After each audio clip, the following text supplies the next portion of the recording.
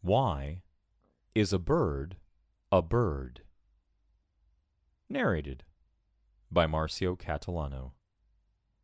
Written by Pam Holden. Illustrated by Samar Hatam. Why is a bird a bird? All birds lay eggs, but so do fish and frogs.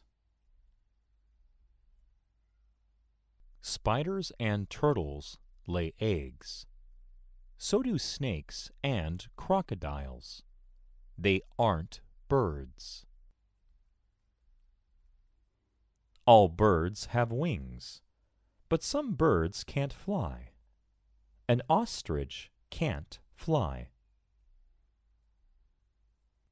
Penguins have wings, but they can't fly. They are birds that swim. Most other birds can fly, but so can bats and bees. There is a fish that can fly. A flying fish isn't a bird. All birds have beaks, but so does an octopus. Tortoises have beaks too, but they aren't birds. Most birds build nests, but so do mice and ants. Wasps build nests too, but they aren't birds. All birds have 2 legs, but so do gorillas and bats.